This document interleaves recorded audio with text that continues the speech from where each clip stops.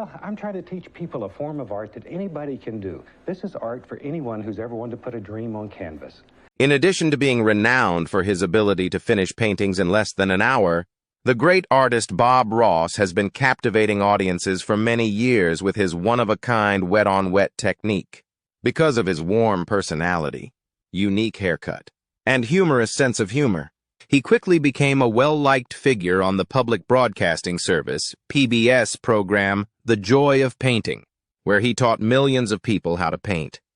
Even after Bob Ross passed away from cancer, his fame continued to exist, and he continued to attract new viewers on Twitch and YouTube. However, Bob had a peculiar quality, a concealed melancholy that had its origins in the early 1960s. Unbelievably, he began his journey in the United States Air Force, which was a very different environment from the serene landscapes he would later become famous for painting. Younger years. Jack and Ollie Ross welcomed Robert Norman Ross, better known as Bob Ross, into the world on October 29, 1942, in Daytona Beach, Florida. Bob Ross was born to Jack and Ollie Ross. In contrast to his father, Jack, who worked as a carpenter, his mother, Ollie, worked as a waitress. Bob spent his childhood in a modest home in Orlando, Florida, where he developed a significant capacity for empathy at an early age. He often provided medical attention to injured animals, particularly wildlife that ranged from squirrels and armadillos to snakes and even alligators, which are beasts that would frighten even the most knowledgeable professionals. Over the course of his television show, he displayed a tremendous deal of compassion and commitment to animals, as seen in the many episodes. When Bob was in his 9th year of high school, he decided to leave school to work for his father in a carpenter business. A sawing mishap, on the other hand, caused him to lose a portion of his left index finger while working on one of their projects. Fortunately, this harm did not impede his ability to grasp a palette or paint, both of which were abilities that he would later impart to the rest of the world. Professions: painting and the armed forces. In 1961, Bob began his career in the service by enlisting in the United States Air Force shortly after he became 18 years old. With his height of 6 feet 2 inches, Bob easily cast a shadow over his fellow troops. He is taller than the majority of people with his height. The unfortunate reality is that his height began to become a source of difficulty for him as well. He was not built to fly the iron birds in the sky or to function inside their highly restricted bounds as a technician or engineer because of his lofty height and unusually flat feet. He was not designed to do either of those things. Instead, he would be assigned a desk job, and more specifically, a position as a medical records technician. His towering height would ultimately prove to be advantageous as he progressed through the military until he was promoted to the rank of first sergeant. In the past, Bob has said that he is the one who is responsible for making your bed, the one who is responsible for cleaning the toilet, and the person who screams at you for being late for work. He was so terrifying that he earned the moniker Bust 'em Up Bobby due to the fact that he had a tendency to abuse the recruits in a cruel manner. Bob detested the role of a disciplinarian. Despite the fact that he was capable of doing his duties well, he was notorious for often yelling at subordinates and recruits. He made a promise to himself that he would be more kind upon release, and he maintained that promise. His desire to disassociate himself from his military identity was the driving force behind this pledge. This is the event that gave rise to the kind and gentle spirit that we all grew to know and love. At the Eielson Air Force Base in Alaska, Bob has the distinction of being the first sergeant in charge of the clinic. In the beginning of his voyage to Alaska, he was exposed to snow and mountains, and it was because of this experience that he eventually developed a preference for painting landscapes above any other kind of art. At the beginning of the 1960s, when he was still stationed in Alaska, he began his professional creative endeavors. The United Service Organizations Group initiated a painting workshop, which is when Bob's interest in painting first began to develop. Despite the fact that Bob continued to paint because he found it intriguing, it wasn't until 1975 that he began to actually love the activity. His interest was appropriately piqued when he saw the episode of The Magic of Oil Painting that was broadcast in 1975. The show was hosted by the German painter William Alexander during the years 1975 and 1982. By this moment, Bob had already served in the military for 17 years. During an interview, Bob made the following observation. "The very first time I saw Alexander on television, it almost made me angry. He was enraged by the fact that he could do in a matter of minutes what Bob had struggled with for days. Bob had just discovered the key components that will determine his creative career moving ahead. He was excited about this discovery. It took him many days to complete a painting at that point in time due to the approach he used. Bob, on the other hand, was able to do a great deal more in a shorter amount of time by using the wet-on-wet technique that he discovered after seeing Alexander's work. This technique included applying oil paints directly over layers of wet paint that had been put earlier, rather than waiting for each layer to dry before adding more. This kind of art was also ideal for television, since it allowed for the quick painting of ideas onto the canvas, which resulted in the creation of images in a record amount of time. He continued to improve his painting skills despite the fact that he was still serving in the military. In fact, he would sometimes sell his paintings of Alaska landscapes to tourists who were passing by. In order to supplement his income from the military, he painted in bars. However, he quickly realized that the sales of his paintings brought in substantially more money than his position in the military allowed him to make. Although he often painted on gold panning tins, he found that doing so helped him develop his quick painting skills since it gave him the opportunity to practice making use of what he had learned. In addition to selling his paintings, Bob would often organize demos, during which potential spectators would be captivated by his artwork and wonder about the creative process he went through. In 1981, after having served for 20 years, he sent in his resignation and started looking for his mentor Alexander, whom he had been following with a fervent interest on television.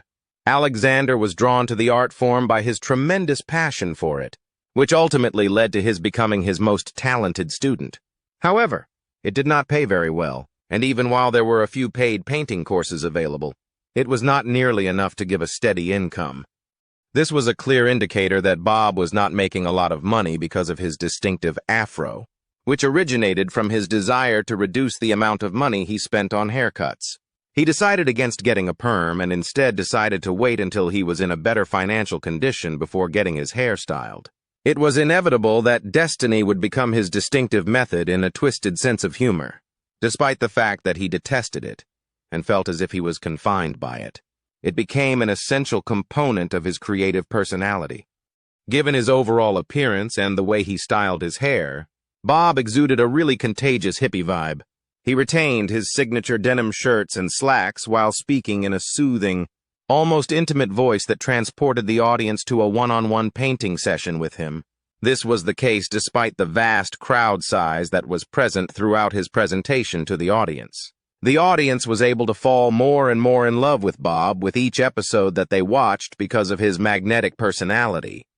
As a result of witnessing Bob paint, several individuals gained knowledge about more than just art. Bob gained the reputation of being a reassuring person who talks about beautiful tiny trees and clouds and who has a soothing effect.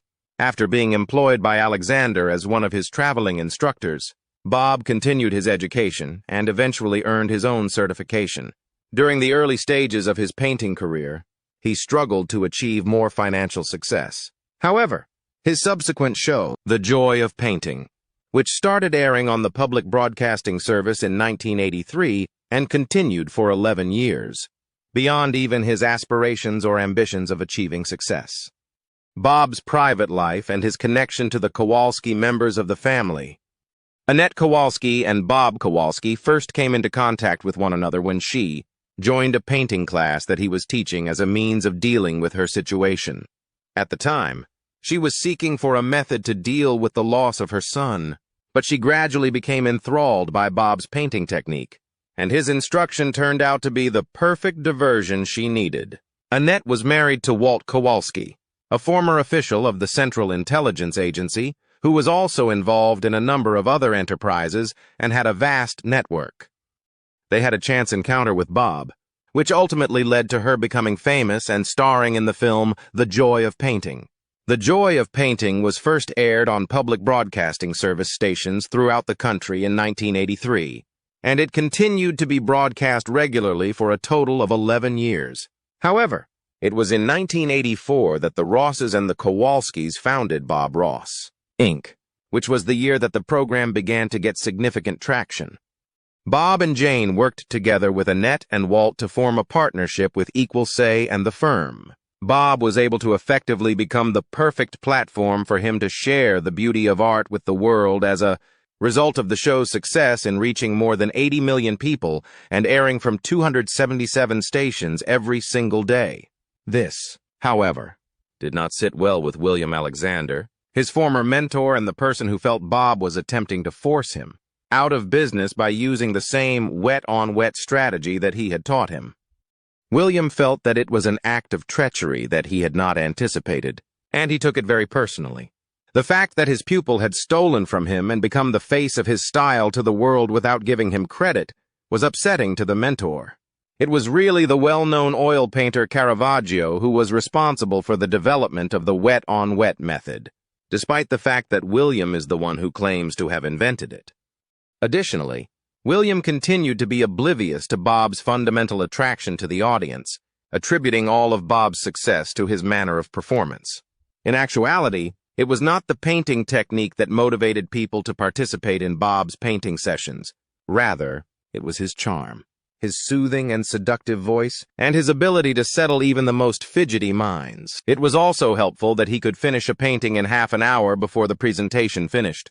William, on the other hand, was unable to accomplish the same thing because of his extensive German accent, which impacted his pronunciation of English terms at a period of time when ties between the English and Germans had only begun to repair. Audiences were truly thrilled by Bob's passion for painting performances because he had effectively produced a welcoming atmosphere where people could freely express themselves while they studied painting with him as a companion. This encouraged the audience to feel comfortable expressing themselves. Anyone who has an interest in painting would have had no trouble learning Bob's approach when it was shown to them.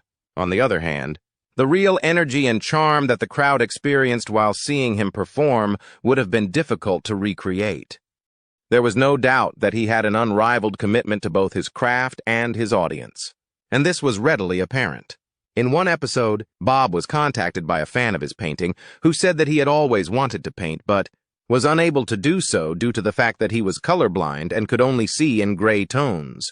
After that, Bob took the decision to paint primarily in gray tones, which resulted in an increase in the number of people tuning into his program and complimenting him for his real care for his audience.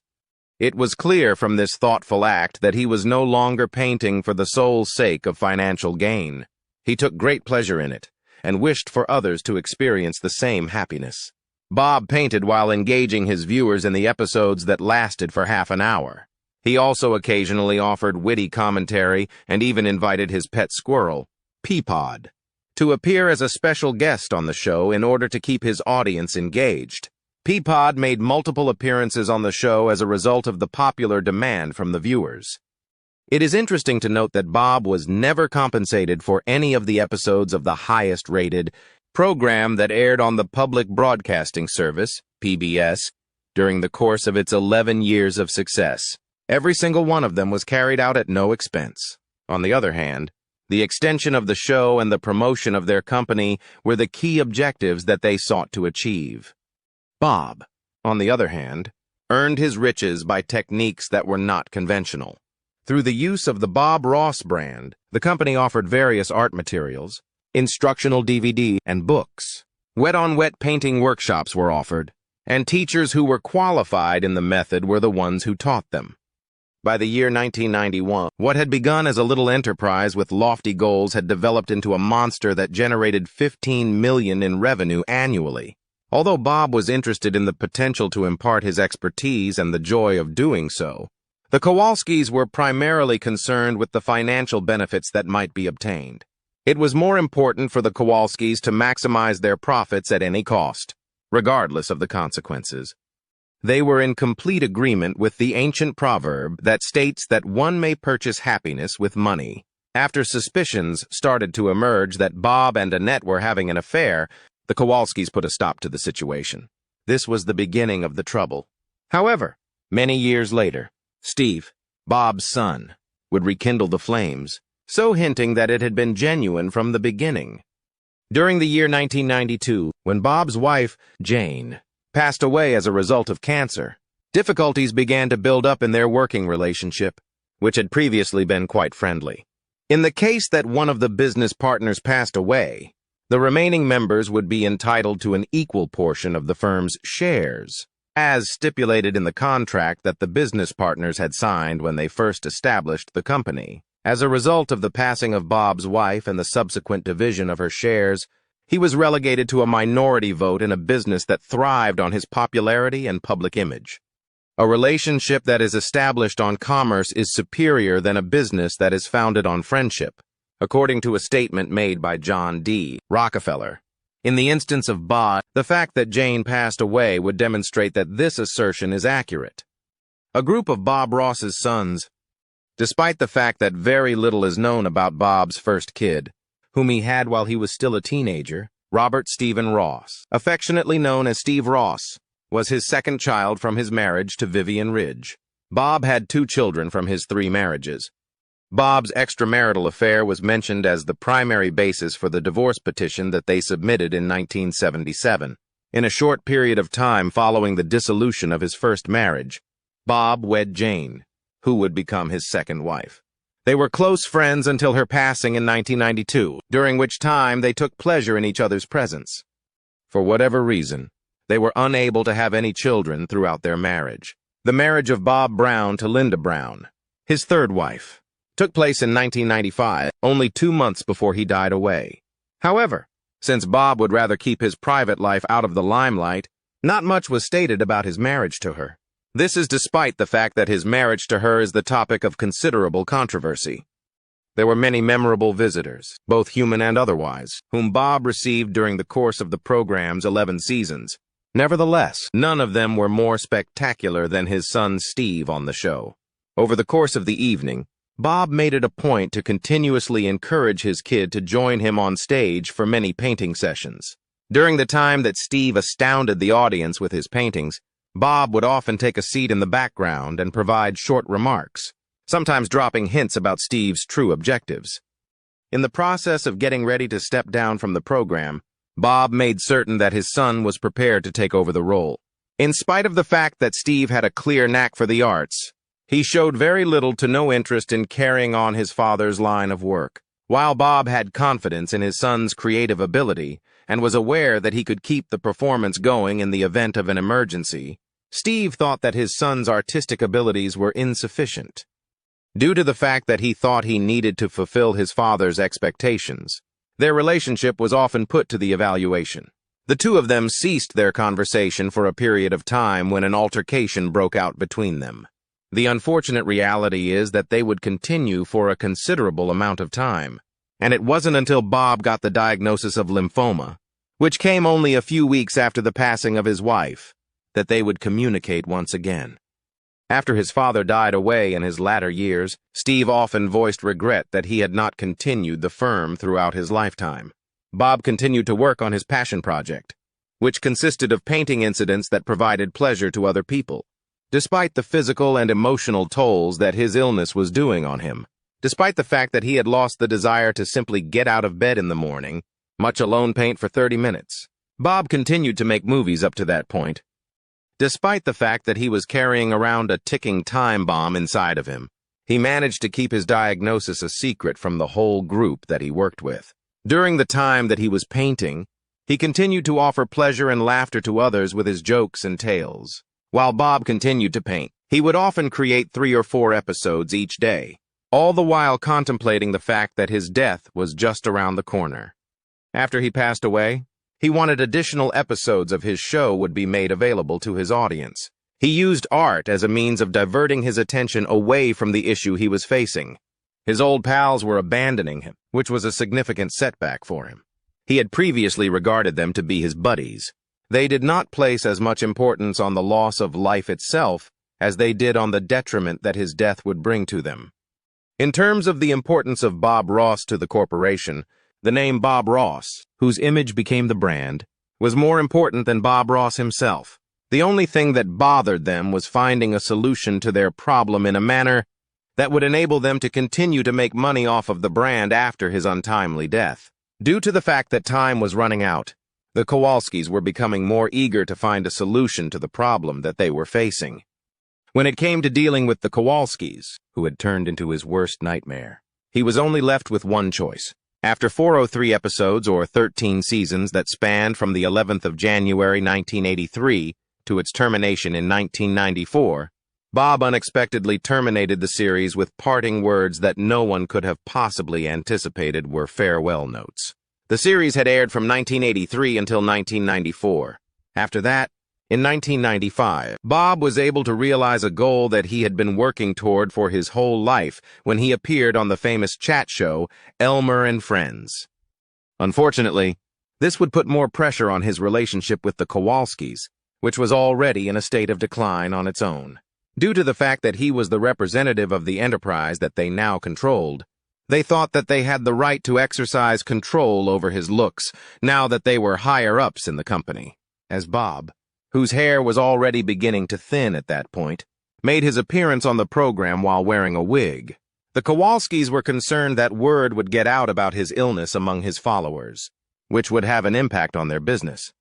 Bob did not give in to the Kowalskis' demands for financial gain. Rather, he persevered in his efforts to create a joyful atmosphere for the children and to realize his long-standing ambition of becoming a presenter on a television show. While Bob Ross was in the latter stages of his life, Annette Kowalski made a visit to the Ross family. But it was a stressful meeting. She went to Steve and told him that Bob had signed a contract that granted them permission to use his face and name in a monument after he had died away. Her goal was to get him to sign the form. After learning about his father's condition, Steve rejected the idea of bringing the contract to his ailing father, because he was infuriated by the sudden change in attitude that they had toward him. Although Annette did not sign the contract when she returned home, the Kowalski family had the intention of controlling all of the artist's assets, regardless of her decision to not sign it. As time went on, they became more frustrated since he had not yet signed the contract. In addition to the acquisition of a single signature on paper, it seemed that Bob's presence was of little value to them. It was more important to them to have his image and memory than it was to have the guy himself. Even though Bob was in his last days of tranquil slumber, the Kowalskis continued to phone his house on a regular basis, which was an excessive amount of behavior on their part.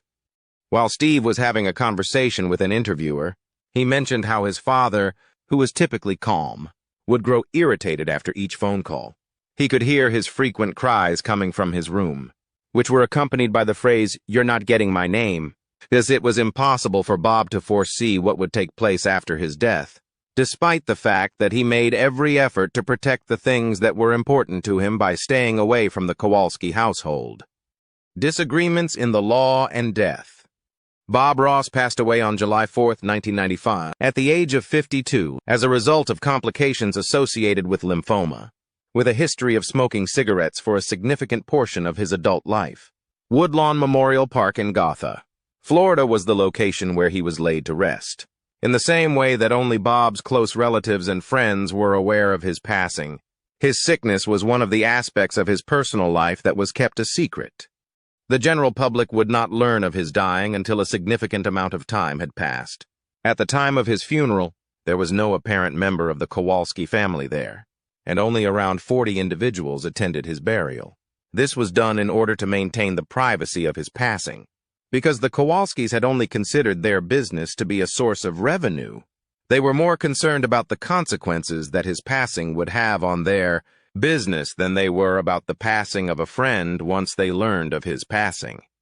The Kowalskis were able to legally assert ownership of Bob Ross, Inc., in accordance with the arrangement they had made due to the fact that Bob had disappeared from the scene.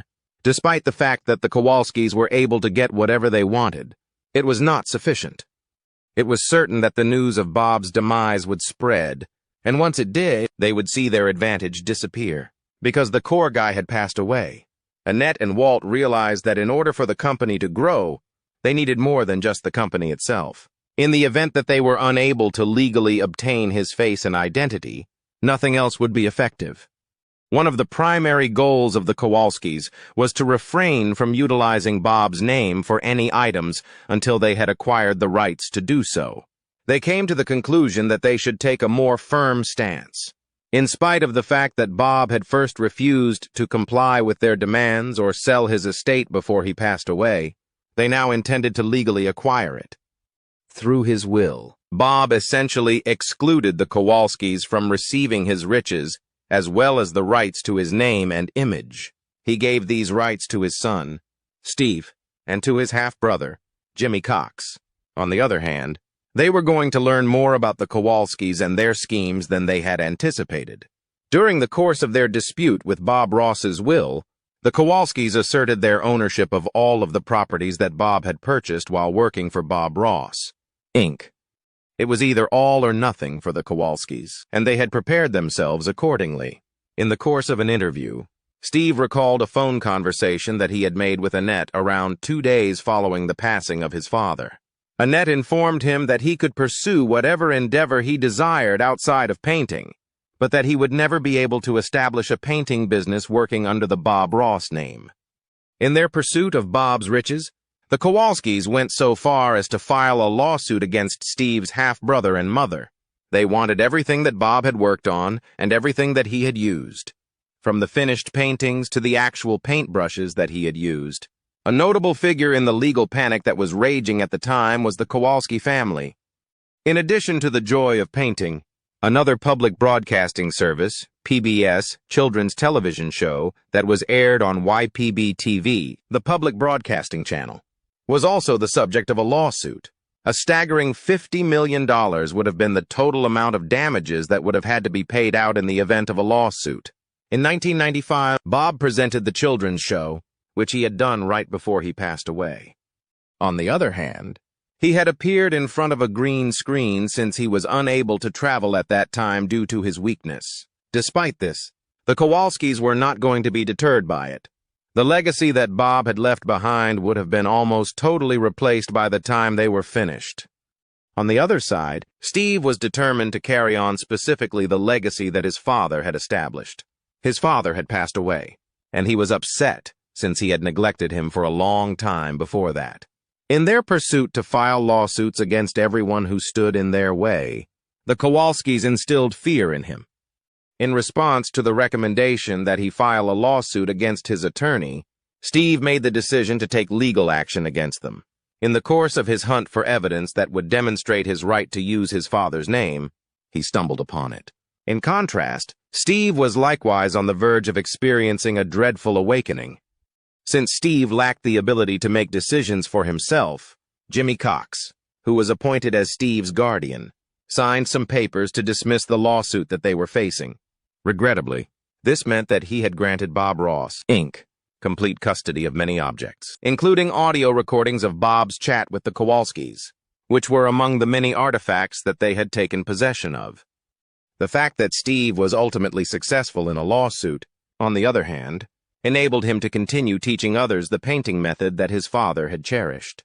Due to the fact that the company did not significantly harm Bob's reputation, he is still seen by a great number of people today.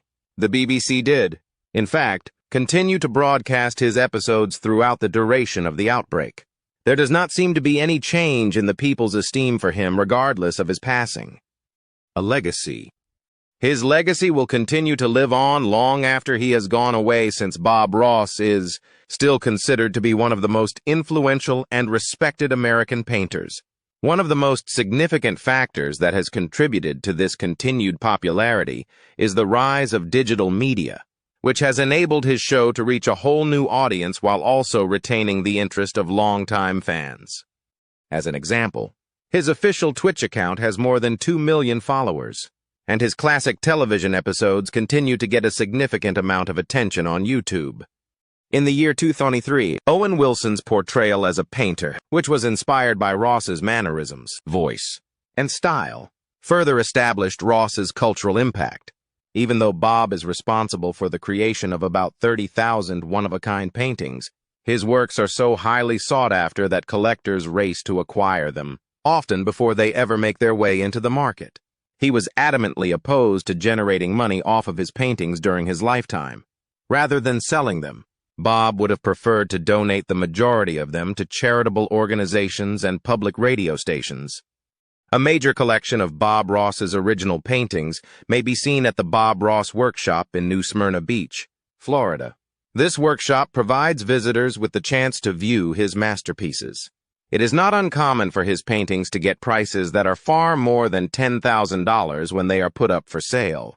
The painting A Walk in the Woods, and which is one of the few paintings that is not owned by Bob Ross, Inc., was first sold for more than $100. However, it has now been revalued to an astounding $85 million, which is a testament to the significant increase in the value of his artwork. It has been said by art assessment agencies that Bob's work is a one-of-a-kind combination of high art and Hollywood memorabilia. There are a few artists who can compete with Bob Ross's one-of-a-kind attraction in painting, despite the fact that new painters emerge with amazing works. Fans of his presentation, who appreciate the difference that his work gives to traditional art, are more likely to search for his paintings than affluent collectors. Neither of the paintings that were sold during his show, nor the ones that Bob Ross, Inc., created prior to his rise to fame are now in the possession of collectors. Bob's timeless comments continue to serve as a source of motivation for a wide range of individuals, not only artists. We don't make mistakes here.